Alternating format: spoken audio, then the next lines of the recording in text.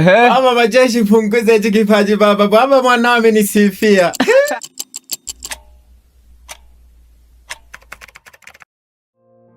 Ni siku nyingine tena mpya na ya kipekee kabisa ambayo kila mmoja alitamani kufika, lakini sio wote ambao wameweza kupata nafasi ya kufika siku hii ya leo.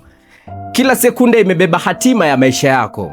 Na leo kupitia Janja Time ndani ya Sekunde Media tuna mengi ya kukujuza. Langu jina ni Andre Amos Masanja, ukipenda unaweza kuniita Double A Masanja. Leo nimepata bahati ya mtende. Niko na kijana maarufu sana ambaye ameteka hisia na kukonga mioyo ya watu wengi duniani kupitia mitandao ya kijamii. Huyu amekuwa na misemo yake ambayo imetamba sana mitaani, na hata pia wasanii kutoka hapa nchini Tanzania wamekuwa wakitumia baadhi ya misemo yake kama sehemu ya kukuza sanaa hii ya tasnia ya uchekeshaji, ama kila mmoja kuweza kufurahi mahali ambapo anaona ana huzuni. Leo niko naye hapa kupitia meza za Janja Time ndani ya Sekunde Media kujua zaidi hasa safari yake hadi kufika hapa. Kwa nini unakosa sasa?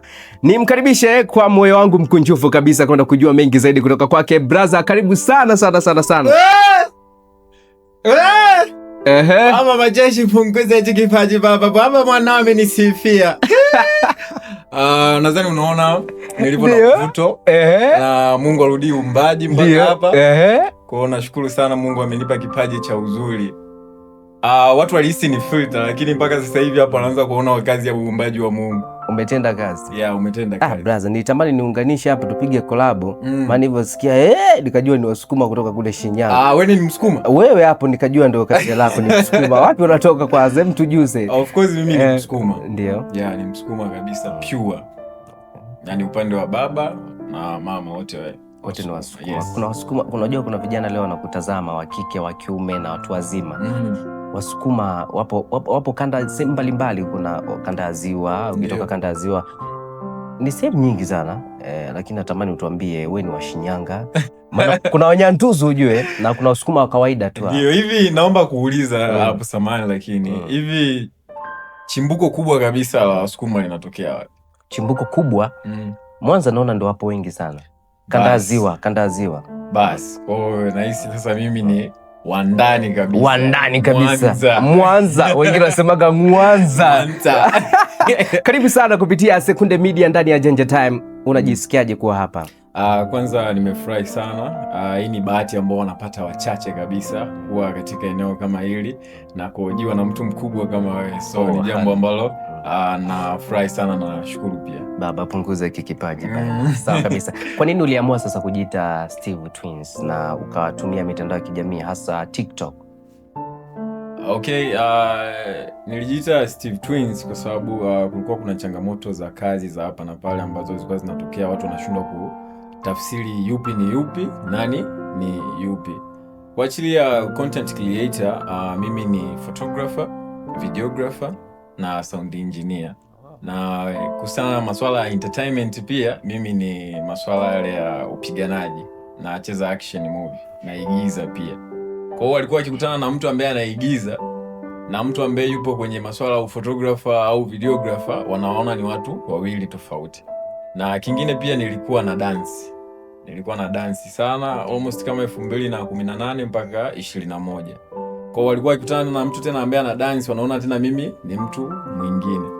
2020 nilianza masuala ya content creator, yani kuwa sasa mchekeshaji kabisa, kuachana na masuala ya kuigiza na kudance. Kwa hapo ndio ikawa inawachanganya kabisa kwamba huyu ni yupi.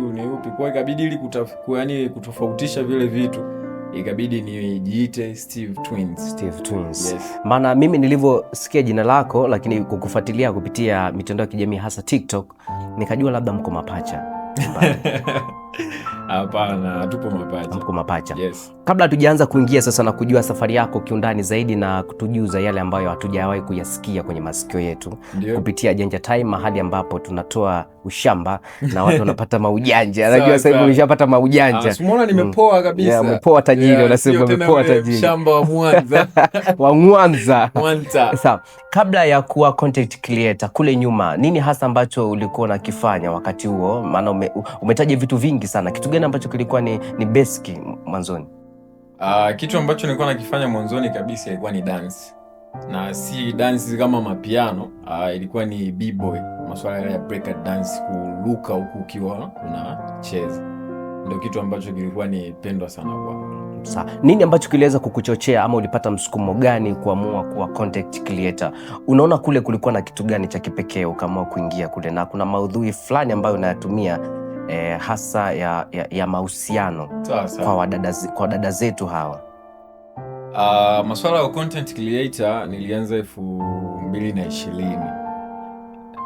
Mimi ukiniangalia maisha yangu ya kawaida ama fun guy, kwa nikawa naona kama ni sehemu ya kufurahisha watu, naomba nipate hiyo nafasi ya kufurahisha watu. Mimi nimeelelewa katika mazingira ya kidini. Kuna mstari mmoja kwenye Biblia unasema kwamba endapo ukiwa furaha ya mtu kwa sababu yoyote ile, pale unafanya ibada, iwe chakula, iwe kumfurahisha kwenye maongezi, pale unafanya ibada. Kwa mimi naamini nikiwa sehemu ya furaha kwa watu, hapo mimi nakuwa naifanya ibada. Kwa maisha yangu yanabarikiwa kupitia tabasamu lako wewe au la mtu ambaye ninamfurahisha. Sawa kabisa. Yes. Wewe ni shehe? Hapana. Mimi sio shehe. Ndio. Mbona umekaa kishehe? Nimekaa kishehe. Kishehe. Hapana. Ndio. Wewe ni dhehebu lipi? Mimi ni Christian. Christian. Yes. Kinaona na maandiko yametulia kabisa. Sasa nini ambacho kilikupa tuseme tamu naweza kusema ni tamu ya kuamua kutumia engo hiyo, kutumia dada zetu vile ambavyo wanavifanya, tuseme mataputapu ambayo yanajitokeza kwenye mapenzi ama mahusiano, kuyaweka hadharani sasa watu waweze kufurahi, badala ungeweza kutumia kitu kingine zaidi ya hicho? Kwanza nilipenda kufundisha watu. Unajua watu wengi wapo kwenye mahusiano na wanavunja mahusiano yao kupitia changamoto ambazo wanazifanya wanawake. Wanawake ni watu wenye mood swings. So baadhi ya wanaume wanalielewa hilo na baadhi ya wanaume hawalielewi hilo. Kwa hiyo kupitia video zangu mtu anakuwa anapata picha, yani kwa kumbe mwanamke wangu akifanyaga hivi anakuwa amaanishi, lakini ndo kwa sababu mood yake siku hiyo iko hivyo. Unajua wanawake wanaweza kuwa na matatizo, lakini wanaangaliaga ni nani ambaye wakuja kumtupia matatizo, ni nani target, na target kubwa huwa ni sisi wanaume zao au maboyfriend zao. Kwa hiyo mood swings ni watu vigumu sana kuielewa. Unaweza ukamwambia mwanamke sasa hivi hapa, babe, uko sawa? Akakujibu kwamba inaonekana kama nipo sawa. Just tell me, inaonekana kama nipo sawa. Unaona amekasirika kabisa. Lakini unamwambia bana, baby, anaona kabisa haupo sawa, ndio maana nimekuuliza kama upo sawa ili nijue nini shida. So yani ukishajua ikusaidie nini? Wewe amekujibu hivyo, ukimjibu kwamba okay sawa, ukiwa sawa basi utaniambia, anakugeuzia kibao tena. Yani sasa hivi hujali chochote kabisa. So nikiwa sawa ndo utakuja kuniuliza. Umeshinda kuniuliza sasa hivi hapo. Yani Steve na ni mpenzi kabisa. Mimi naomba tuweze kuachana. So yani unakaa mwanaume unabaki like nini hiki? Lakini kumbe anachokihitaji ni kidogo sana kwenye hiyo moment. So huwa nafurahisha watu, ila nawafundisha pia ni namna gani ya kuishi na wanawake. So I'm just a proper guy. Oh my God. Mimi nilipokuwa nikikutazama, unajua leo ndo nimekushuhudia live the way ambavyo unakuwa una perform. Okay. Na pale ambapo unakuwa unatengeneza yale maudhui, huwa ni wapi? Maana unaona kuna light nyingi sana pale. Pale ni home, ila kuna chumba kimoja ambacho chumba maalum cha mauaji hayo. Ndio, kuna chumba kimoja nimekitoa kwa sababu ya studio. Kwa shughuli zangu za masuala ya videographer, photographer nafanyia pale. So nikipata pia nafasi ya kufanya content nafanyia pale. Kuna mingi natamani sana nikuulize. Najua uko live na TikTok pia wanakufuatilia kwa sasa, wafuasi wako siku ya leo. Najua kuna maswali huenda unatamani kukuuliza na tutayapata pia. Ni video yako ya kwanza kabisa kuiachia kupitia mtandao wa TikTok. Ilileta mwonekano upi kwako na watu walikufikiria vipi siku ya kwanza tu binafsi wewe mwenyewe? Unajua watu wengi walishafanya hichi kitu ambacho mimi nakifanya, kuigiza sauti za wanawake, kuigiza sauti za wanaume, kuigiza sauti za wanyama. Yani watu wengi walishakifanya, lakini sasa nikaona mimi engo yangu iongelee mahusiano sana, japo na vitu vingine pia naviongelea, lakini watu wengi wanapata shida kwenye mahusiano. Video yangu ya kwanza kuongea kama mwanamke ilikuwa ni kumwelezea mdada ambaye ni wale maslay queen. Yani unaweza kumuuliza kwamba samahani dada, unaitwa nani? Jina langu naitwa Karen, but you can call me Queen of Destroyers. And what's your name? Yani ni wale madada kama Maslay Queen hivi. So hiyo ndo video yangu ya kwanza katika video zote ambazo nimeziachia. I think sasa hivi zipo kama 100 nasema au 200. Yes. Natamani uniambie ujumbe wa kwanza wa watu kwa kufuatilia, kwa sababu kuona kijana wa kiume ama mwanaume anatumia sauti ya kike, maswali huwa ni mengi sana tunajiuliza. Jamaa vipi, au jamaa yetu yuko upande wa pili, ilikuwaje? Hiyo ni chabanaga hiyo comment moja. Hiyo nashukuru. Kuna baadhi ya mashabiki wakanionyesha kwa bana, sisi tupo na wewe, endelea kutupa burudani. Kuna jamaa mmoja alicomment pale kwamba acha ushoga. Ile comment of course nili hashtag pale kwenye clip yangu, alafu nikaipost nikiwa kama nalia. Alafu baadaye nikaigeuza kuwa tena content pale nika nakula tena kwamba na uwezo wa kuwa na huzuni sekunde kadhaa tu, lakini baadaye tena na uwezo wa kufurahia. So watu wengi walimuattack yule jamaa kwa nini alinitumia ile comment. Ila lakini nashukuru watu wengi, asilimia followers wangu almost karibia 300 ni watu ambao wanapenda ambacho nakifanya. Kwa none of that sijawahi kupata disappointment nyingine zaidi ya hiyo. Yes. Mabinti wengi wanakufuatilia, wanakutazama. Kuna wengine kwao wewe imekuwa ni sehemu ambapo wanapata furaha wanapokuwa huenda mahusiano yao yanapokuwa yameenda vibaya. Yes. Umeshawahi kupata watu kadhaa, wadada wazuri, wanawake ambao wanatamani pia wape ushauri kwa kufuata inbox? Wengi, hilo nisiseme uongo. Wadada wengi wananifuata na kuniomba ushauri kwa sababu wanahisi mimi ni mtu ambaye ninaelewa wanawake the way ambavyo wana feel. Lakini kitu ambacho wasichokielewa kuwa mi pia natoa hayo mafunzo kulingana na situation ambayo mi pia naipitia kwenye masuala zima ya mahusiano. Kwa hiyo mwanamke wangu akiwa na mood swings za namna hiyo au the moment anakuwa hivyo, ni jambo ambalo nalitoa mimi pia nawafundisha watu wengine. Kwa hiyo mwanamke anapokuja kunielezea changamoto yake au shida yake kwamba mahusiano yake hapo hivi, changamoto hii na hii, hata niongee kitu gani, anaona kabisa huyu mwanaume ananielewa. Lakini kiuhalisia kuwa wadada ni watu ambao wanakutafuta wewe kwa kuhisi huyu ndo mtu ambaye atanipa furaha bila wewe kujua. Kwa hiyo mwanamke anaweza akapitia changamoto sasa hivi akamtafuta mtu yoyote kuongea naye tu, na hapo ndipo wanawake wanakuwa sawa. Yes, ikitokea changamoto kwenye mahusiano, usiruhusu kumpa ukimya mwanamke wako. Yaani mkitokea mmegombana, jitahidi ndani ya siku hiyo moja isimalize masaa 24.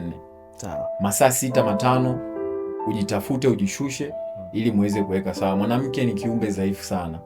Sasa hivi utagombana naye sasa hivi, anaenda kuitafuta furaha sehemu nyingine. Sawa. Umeshawahi kufikiria labda kuamua kujitoa uhai kisa mapenzi ama mahusiano? Ilikuwaje kwanza? Of course hilo swali nishawahi kufikiria. Sema nakumbukaga ndani, unajua mimi ni mtu ambaye nashinda sana ndani. Yaani ukiangalia ofisi yangu imo ndani. Kwa ni mtu ambaye nakaa sana ndani. Sina wale watu wa kukaa kuongea nao, tofauti na kufanya video na kuongea watu ambao wapo kwenye mitandaoni. Kwa hiyo iliniwia vigumu sana kutoa kitu moyoni, nikajikuta hiyo siku chumba kizima nakiona kina giza. Yaani kila kitu mule ndani kikawa naona hakieleweki. Nilijikuta natoka nje, nililia sana kwa kupiga magoti huku naangalia mbingu. Kisa na mkasa. Kisa na mkasa hapo ni mahusiano yangu hapo. Yaani ni mtu ambaye nilikuwa nampenda sana na mtu ambaye nilikuwa naona kabisa huyu ndo mwanamke wangu, na ndo mwanamke wa ndoto zangu, aliweza kupendana na mtu mwingine ambaye sikutegemea kabisa kuwa huyu mwanamke ana uwezo tena wa kusukuma hisia zake kwa mtu mwingine.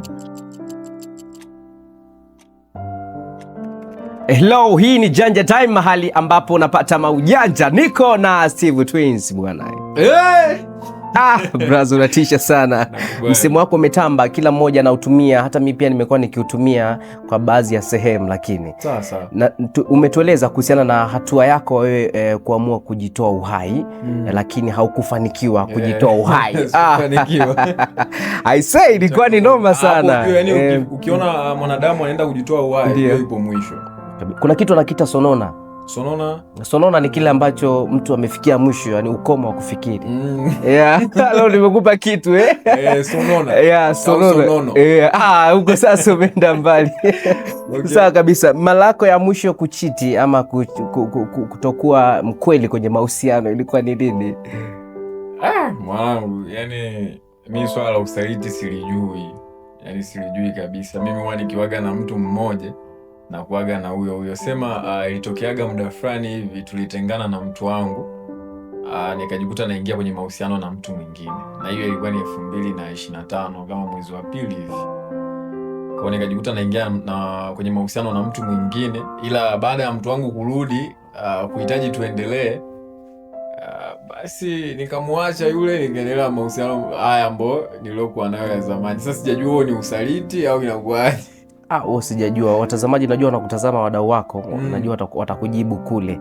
Momenti nyingi sana ambazo umezipitia, natamani pia nifahamu hili. Vijana wengi wamekuwa wakiingia kwenye hii hali na wengine wameshindwa hata pia kupata sehemu za kuweza kusema ukweli, kwa sababu mwanamke ameonekana anachukua nafasi kubwa sana hata kama mwanaume anaonewa.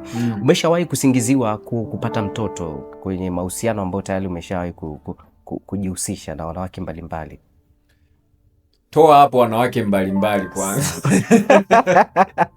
Unaogopa mahusiano mengine asife? Yes, kuna mahusiano ambayo kiukweli naiona ndoa. Unaiona kabisa ndoa sasa. Hata kuongea kitu hapa kikaja kuleta tafulani. Sawa. Of course nishaingia kwenye mahusiano na mdada. Tulidate kama almost wiki. Baada hapo akaniambia kuwa ni mjamzito. Ila mpaka leo hivi siamini kama yule mtoto ni wa kwangu, maana hata baada ya yule mtoto kuzaliwa nilipeleka baadhi ya picha nyumbani kuona ile tafsiri ile, kama kuna image yote inakuja yangu mimi au ya familia pale. Mama kama mama alisema hapana, yani hapa sioni kabisa kama kuna mtoto wetu, sioni mbegu, yani sioni mbegu yetu kabisa hapa. Na pale nyumbani kwetu sisi tuna mbegu kali sana, yani ukimwona mtoto dada yangu unaweza kusema ni mdogo wangu. Yes, yani unaponiona mimi nilivyo handsome hapa sasa hivi na yule mdogo ni handsome hivyo. Hivi nasema hatushindani. Ila sio mashindano, ila ni shida. Ila kushinda. Yes. Sawa. Mahusiano umepitia, ushawahi kulia? Kuna mtu ambaye hajawahi kulia. Blaza mimi nalia blaza. Blaza wanaume wanasema kaza. Hamna uongo. Unakaza mbele ya wanaume wenzio. Blaza kuna hatua inafikia yani point unasema sasa hapa machozi ndio msaada. Yalikuwa maisha kama maisha ya kawaida, kujitafuta, umezulumiwa, ama bado yalikuwa ni mahusiano? Hayo yalikuwa mahusiano hayo. Nilie mimi kisa mchongo? Wewe upo mwisho. Afisa mchongo unaulizaje? Sawa. Kitu gani ambacho unakipenda sana ama unakipendelea kutoka kwa mwanamke uliye naye sasa? Umbea. Ule mwanamke anaumbea. Yaani unajua ni mtu ambaye yani nahisi tuje tufungue hata kijueni extra. Yaani ana umbea fulani hivi ambao ana madini. Alafu kinachonifurahishaga mimi sasa, akiniletea ule umbea, kama kuna watu ambao amegombana nao huko, najikuta na mimi naanza kuwachukia wale hata siwajui. Yaani najikuta automatic na mimi nawachukia. Sasa kama sasa hivi namchukia Amina, hata sijawahi kumuona. Hata sijawahi kumuona. Unamaanisha kwamba Mungu anawapa watu ambao wanafanana, sivyo? Mimi naye ni mbea kumbe. Huenda. Lakini sidhani. Sawa, Steve Twins, umekuwa ni maarufu sana bwana, watu wanakutazama, wanajifunza vingi sana kutoka kwako. Nini unapenda sana kukifanya ukiwa umetulia binafsi, kuondoa stress ukiwa ukitazama TV nyumbani? Kuachilia mambo mengine. Ukiachana na mambo mengine ya kidunia ndivyo. Huwa napenda kuangalia katuni na kupika. Yaani napenda kupika na kuangalia katuni. Yes. Why katuni na why kupika? Katuni nimeanza kuangalia since I think na miaka 18 hivi. Ndio unaweza ukawa unajitambua kidogo.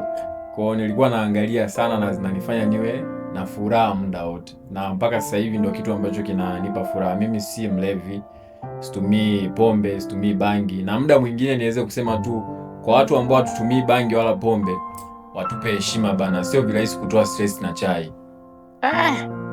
Blazafu, lakini kuna maji ya kulainisha kwa. Kwani ni spambo. Oh my God. Sawa, tuambie.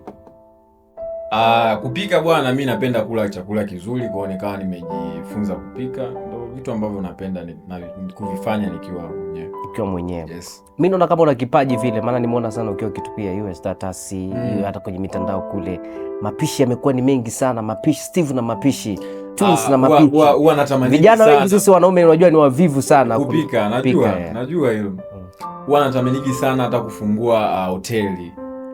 Na hiyo ni ndoto yangu nyingine ambayo ya baadaye ni kuja kuwa na hoteli na mimi niwe chief pale kuka. Okay, yes. Chief kuka. Yes. Nakuombea utafika. Yeah. Lakini wewe pia ni designer bila kukosea. Unajua mafotografa wengi na mavideografa almost ni designer. Yes. Na vipi upande wa fashion show? Sijawahi kufikiria hivyo, ila kuna mdada mmoja Ipogo Zanzibar. Ndio. Alishawahi aliona tangazo la Umodo. Sasa zile ambavyo napostigi picha zangu, zile ambavyo navaaga, akaona kuwa nina fit ile sehemu, kwa kama amenitumia ile bango. Kwa sasa sijajua aliona nini hapo mpaka kunitumia ile bango, ila naona kabisa kuna Umodo fulani hivi aliuona kwangu. Yaani mvuto. Yes, mvuto. Tuseme tu mvuto. Ya tosha baba, tosha baba, tosha. Sasa unajua kuna vitu vingi sana wasanii wanavifanya wakiwa mbele ya kamera na maisha yao yamekuwa ni mazuri sana. Lakini ukija nyuma ya kamera maisha huwa ni tofauti na vile ambavyo tumekuwa tukiwatazama. Kabla hujalijibu swali hili, natamani kujua zaidi. Ni mkwanja upi mrefu ambao umewahi kuingiza kupitia mitandao ya kijamii hasa TikTok? Alafu baadaye utanijibu kuhusiana na swali hilo nililokuuliza. Mkwanja mrefu ambao nishawahi kuingiza kupitia mitandao hususa TikTok, niliweza kupata nafasi ya kufanya kazi na benki ya NNB kwa influencer wao kwenye masuala ya matangazo. Kwa huo ndo mkwanja ambao mpaka sasa hivi nasemaga kweli kumbe ukifocus kwenye masuala ya content creations una uwezo kufanikiwa kwa kiasi kikubwa sana. Yes. Wengi wanachukulia ni kama kitu cha kawaida tu, wengine wanachukulia mitandao ya kijamii kama sehemu ya burudani. Ila wewe umechukua kama sehemu ya kupata chochote kitu. Yes, mimi nimechukulia kama sehemu ya kupata kipato cha ambacho kitaweza kuendesha maisha yangu. Umekutana na mastaa wangapi tangu umepata umaarufu kupitia mitandao? Mastaa ni wengi. Nashukuru mwaka jana. No, sio mwaka jana, mwaka huu nahisi kama miezi miwili imepita au mmoja, Diamond alikuwa na show hapo Rock City. Kuna Climax. Pale nilipata nafasi ya mimi kwenda kupaka makeup watu kwa ajili ya kufanya burudani pale. Kwa hiyo pia ni moja kati ya watu ambao mimi pia nilihusika kuwa sehemu ya show ya Diamond. Nadhani unamjua Diamond alivyo mkubwa katika nchi yetu ya Tanzania. Kwa hiyo ni fursa ambayo nilipata kupitia masuala yangu mimi ya mitandao. Yes. Mpaka sasa kwa mwaka 2026 unajua umekutana na wasanii wengi na pia umetuambia umekutana na Diamond Platinum na kupata nafasi hiyo kubwa. Unatamani basi kukutana na wakina nani tena wengine ambao utawahusisha zaidi kufanya nao kazi? Natamanigi sana nifanye kazi na watu na nikutane na watu, ila huwa na msemogo mmoja kwamba ili ukitaka na wewe uonekane wa thamani, jitengenezee thamani yako kwanza. Kwa natamanigi nije nisimame na watu wakubwa waone thamani yangu kama ambavyo wanaonekana kwa watu wengine. Kwa sababu sasa hivi nikisema nisimame na mtu yoyote au nifanye kazi na mtu yoyote, atakayeonekana ni ule mwingine, sio mimi. Yaani mimi tuonekana tu kwamba dogo anamsupport. Sasa mimi hiyo dogo anamsupport sihitaji kwa sasa hivi. Ndio maana ukiangalia Lost of My Clips ninafanya mwenyewe. Yaani sijahusisha mtu yoyote, sijafanya kazi na mtu yoyote, nafanya kazi mwenyewe. Kwa hiyo kuna malengo ambayo nahitaji niyafikie ili niweze kukutana na watu wengine kama hivyo. Yes. Sawa. Baba, punguza hiki kipaji. Ilikujaje idea hii ya kusema baba punguza hiki kipaji baba? Baba punguza hiki kipaji. Kuna siku bwana nilikuwa ninapika. Kwa nilipokuwa napika pale nikawa nimemshirikisha mwanamke wangu kwamba nipike nini leo. Kwa tunazozana sana pale namna ya kupika, ni ila yeye hayupo. Mahusiano yalikuwa ni long distance. Kwa baada ya kumshirikisha kupika akaniambia basi pika kitu fulani. Nikawa nimeenda sokoni nimechukua maharage ya kupima. Unajua mwanamume hizo ukapika maharage. Maharage ya kupima nikakata kachumbari pale nikasaga juisi, pika na wali wangu. Sasa the way ambavyo niliona ule wali ulikuwa ni mtamu. Ule wali ulikuwa ni mtamu, to be honest. Yaani nikawa naona kabisa yani kuna kitu ambacho kimo ndani yangu inabidi kipunguzwe. Sasa mimi ni content creator. Kila kitu ambacho nakifanya kwenye mazingira yote yale lazima nikitengenezee wazo. Sio, umeelewa? Kwa hiyo nikawa nimeitengenezea wazo, kama kuna kitu kimezidi kwangu mimi naomba kipunguze. Na nani ambaye amenizidishia? Ni Mungu. Ni Mungu. Okay. Ila sema sasa kutaja jina la Mungu Ndiyo. kwenye vitu tofauti tofauti, hususa kwenye mambo mengine haya ya kimitandao inakuwa si sawa. Kwa hiyo ikabidi nitumie baba. Yaani baba punguza kikipaji. Lakini kiuhalisia kabisa baba punguza, watu wengi tuna baba mmoja au na baba wa pili hawa wazazi wa nyumbani. Wa nyumbani. Kwa hiyo ile baba punguza ndo basi ikawa imetembea hivyo. Je, ndio ulitarajia itokee hivyo ama ilikuja tu kama surprise kwako? Yaani kila kitu ambacho huwa nakifanya huwa sifanyi tu kwa sababu for fun. Huwa nafanya kwa sababu nafanya ili watu wapate ujumbe. Kwa hiyo najua chochote ambacho huwa nakifanya, maana before that nilikuwa nishafanya kitu kingine na kikanifikisha sehemu fulani. Sema yale mauzuri ambayo nilikuwa nayatumia mwanzo yalikuwa si ya kutumia sound kama hii ya sasa hivi, au yalikuwa si mtu hawezi akayaigiza yote. Si umeelewa? Kwa ilikuwa inawapa tu watu ugumu kwenye hilo swala. Maana clip unakuta ina dakika 2. Mtu hawezi akamaster dakika 2 yote kuigiza content yako. Lakini hii clip ya sasa hivi ambayo ni ya baba punguza ina almost sekunde 35 na maneno yanakalilika na ni mafupi. Kwa hiyo watu wakawa wanatumia kwenye biashara zao, maisha yao ya kawaida. Kwa hiyo nikaona okay, kumbe kuna watu wana vipaji vya kulala, kucheza, kupika, kuzurula, kwenda kuiba. Kwa hiyo kila kitu ni kipaji, lakini sasa kipunguzwe. Kwa hiyo ndo maana ikawa imetembea. Maana niligusa maisha ya watu wengi sana. Sawa kabisa. Yes. Tukija kwenye upande mwingine sasa, ni msemo gani sasa wa wasanii ambao ni content creator wanafanya kama wewe unawakubali sana na unakubali pia misemo yao? Okay, kuna jamaa mmoja ambaye sasa hivi anafanya vizuri, anaitwa Bravo. Anafanya vizuri pia. Wewe ni mtu ambaye ninapenda sana. Unajua wewe ukiwa unafurahisha watu, unajua kuna watu pia na wewe wanakufurahisha. Kuna jamaa anaitwa Bravo, anafanya vizuri pia, na kuna Mwala na pia kuna Katembo na Johnson.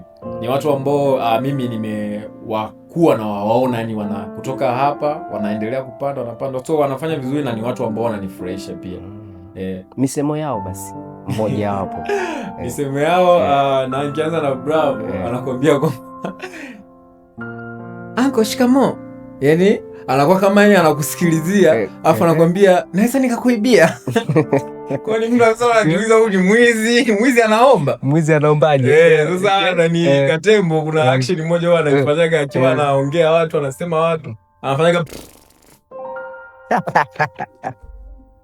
so pia huwa anifurahishaga. Na Mwala ni mtu wa reaction zake, of course. Mwala ni mtu anafanya content ambazo ukiziangalia ni za kawaida, yaani maongezi ya kawaida, lakini sasa reaction yake ambazo anazifanya kwenye content ndo ambazo huwa zinafurahisha. Yaani anashangaa, anachukua maamuzi ya ghafla, kwa hivyo. Okay, sawa. Bwana, leo mtazamaji, kupitia Janja Time hapa unapata maujanja ndani ya Sekunde Media. Ingia kule YouTube, subscribe, lakini pia bonyeza kile kikengele uwe mmoja kati ya washirika wetu wa karibu sana chochote kile ambacho tunakuwa tunakiweka, lakini bila kusahau wadhamini wetu Alpha Brand wanaopatikana hapa Mwanza, Tanzania, Igoma, kwa kupatia video kari na photoshoot ambazo zimenyoka kweli kweli. Tunapoelekea ukingoni kupitia kipindi hiki, tuna mengi tumeweza kuyazungumza, ila kuna watu wana shauku kubwa sana, wanajiuliza maisha yako nje ya ustaa au maarufu ulionao. Maisha yako sasa nyuma ya kamera yakoje? Steve Twins. Baba punguza. Ina maisha ya kimaskini sana. Ni maisha ya kimaskini sana. Wewe kuna muda anatamani nitembelee makalio, ila ndio hivyo, miguu inafanya kazi bado kama mwana wa Israeli. Yaani kuna muda anatamani niwe na unaendesha gari unafanyaje? Lakini mpaka sasa hivi bado ni yule mtu wa boda. Mpaka hapo shingapi na bado naomba nipunguzie. Mtu akikutana na wewe kwa mara ya kwanza, unadhani ni vitu gani ambavyo vinaweza kuwa vikamvutia sana kwake, ukiachana na uigizaji, kwa maisha yako tu ya kawaida? Kwenye maisha yangu ya kawaida, vitu ambavyo mtu akikutana na mimi kwa mara ya kwanza mvuto. Wewe mwenyewe unaona tu hapa handsome limepoa. Najua wanaume kusifia wanaume wenzenu ni kazi sana, ila nadhani unaona kabisa hapa Mungu alikaa akatulia, ilikuwa si zamu za malaika. Baba punguze kikipaji, inatosha. Tunatazama vijana wengi sasa hivi ni ma content creator, wanakuja kwa spidi sana na wanatamani kufika mbali kama wewe pia ambavyo ulivyoanza. Sijui ulianza vipi? Maybe ulianza kwa simu ama ulikuwa unazima simu, lakini pia utatudodosa hapo kidogo. Kuna watu wanapitia changamoto nyingi na wanatamani kuvuka hizo hatua na kupiga sehemu nyingine. Wafanye nini ambazo huenda hizo changamoto nawe pia umekuwa ukizipitia na umeweza kuzivuka? Okay, jambo la kwanza wajiamini wao wenyewe. Yaani unajua jambo la kwanza kabisa ni kujiamini wewe nini unakifanya. Mimi nakumbukaga nilikuwa nashutia simu. Sijui nilikuwa nafanya nini yani mpaka kukamilisha video, lakini nilikuwa nashutia simu na editia simu. Siku moja tukawa tumeenda location, nilikuwa nakwambia kuwa ni hapo nilikuwa na dance. Kwa tulikuwa tumeenda kushuti muziki. Sasa zile ambapo nilikuwa pale charming kwa watu na wafurahisha watu, sikutaka watu wakae kinyonge kwenye ile eneo la location. Jamaa mmoja akawa ameniuliza kwamba akawa ameuliza watu wengine pale kwamba yule dogo ni nani? Sasa ile kuuliza yule dogo ni nani, wale waliokuepo pale, na kuna jamaa mmoja lakini sasa hivi naye alikuwa ni mshikaji. Ushikaji ndio ulikuwa unaenda kwa kuwa sema ameshafariki sasa hizi. Ndio tulikuwa tuna dance pale kwa tulikuwa watatu. Sasa mmoja kati ya wale akawa amemjibu kwamba yule jamani ni comedy. Kipindi hicho kusema content creator ilikuwa ni kazi sana. 2020 huko ilikuwa ni kazi sana kusema content creator. Kwa hiyo ilikuwa huyo jamani mtu ambaye anashuti maudhui ya kuchekesha, ni comedian. Kwa hiyo jamaa akawa ameomba akaunti yangu, akawa ameperuzi kuangalia. Jamaa anaitwa Vitouch. Ameperuzi kuangalia ile akaunti yangu, baadaye akasema okay, tunamaliza kushuti. Jamaa akaniomba meeting kwamba oya, ukimaliza hapa kushuti naomba tukae chini tuongee.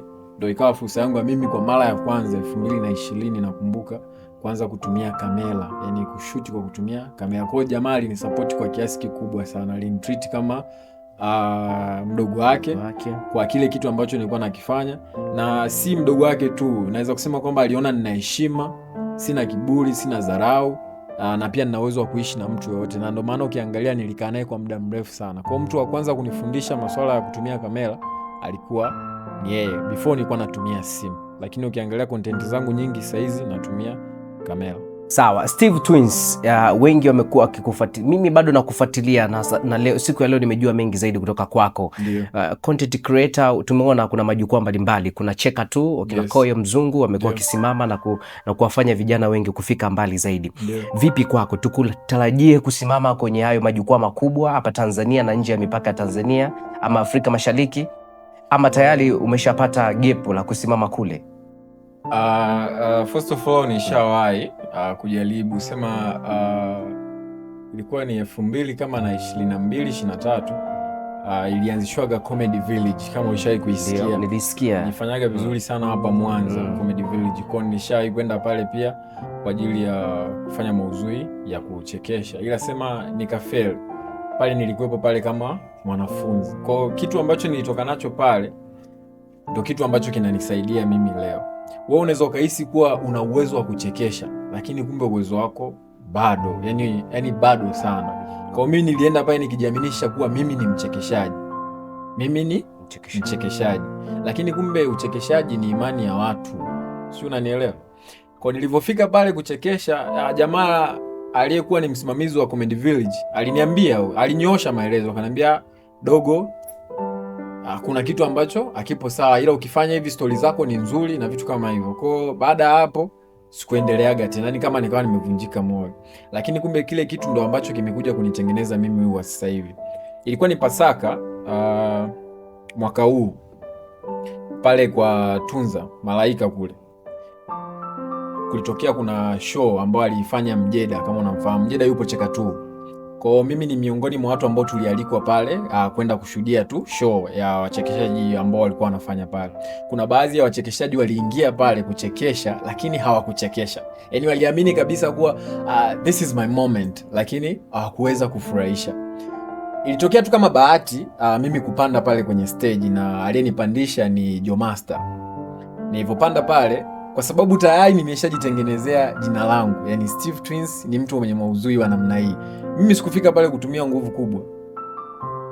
Yani nilifanya tu wait, yani siamini kama leo niko yani nikajikuta nafurahisha watu, na baada ya hapo sikufanya tena kitu kingine, nikashuka kwenye stage. Sio, umenielewa? Kwa hiyo yani jambo la kwanza kabla sijataka kufika huko kabisa, huwa nasemaga naomba nijitengeneze mimi kwanza. Nitengeneze title yangu mimi kwanza.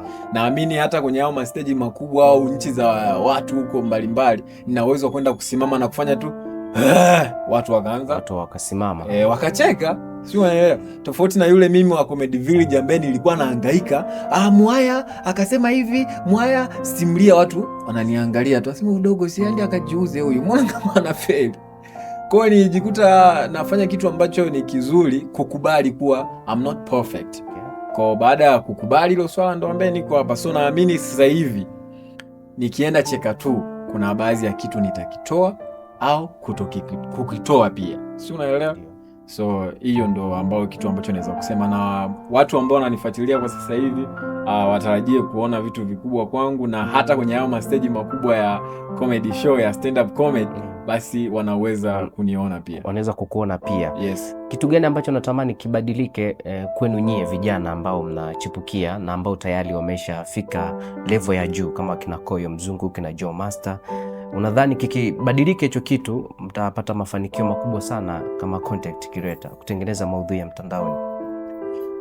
Yani hamna kitu ambacho cha kubadilisha. Unajua watu wanaenda, huwezi ukafananisha maisha ya 2015, 2012 ukayaleta 2026. Watu sasa hivi wanachekesha kisasa.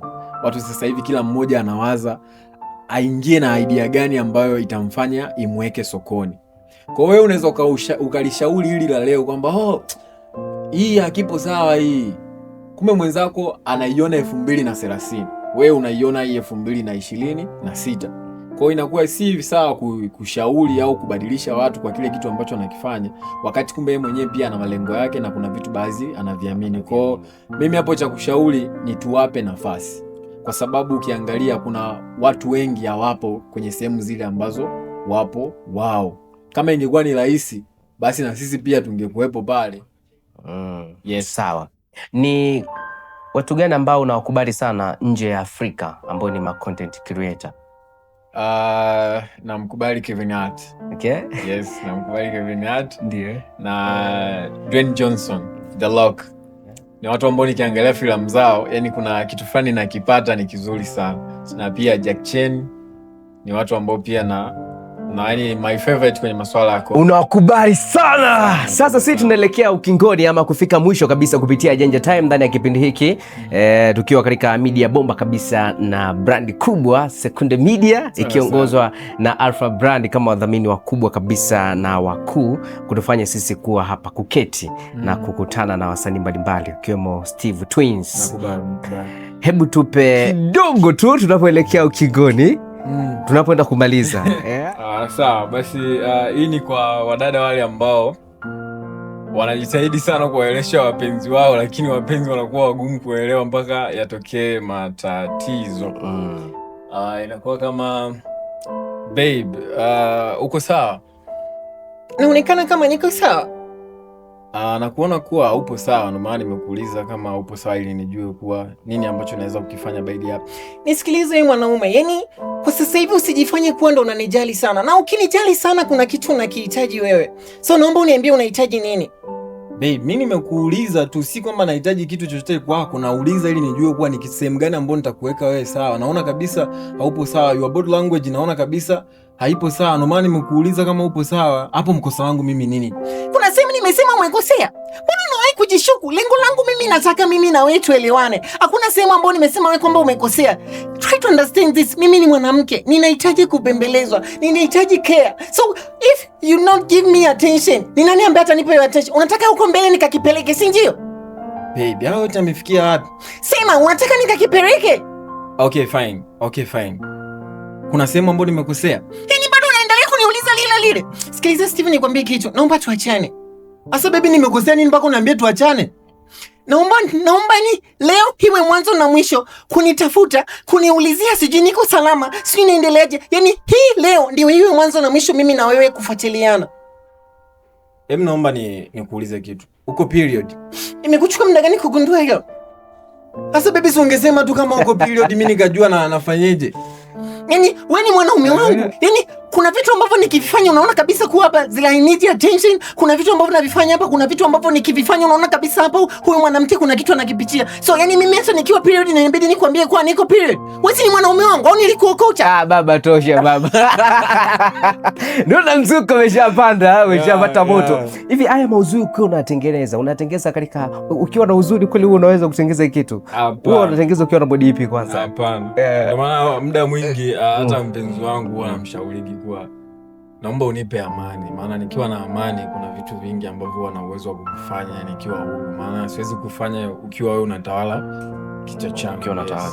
Neno lako la mwisho la kumtia moyo kijana mpambanaji, lakini pia na wapenzi wafuatiliaji wanaomfuatilia Steve Twins. Ukiona umefika mwisho, jiuze.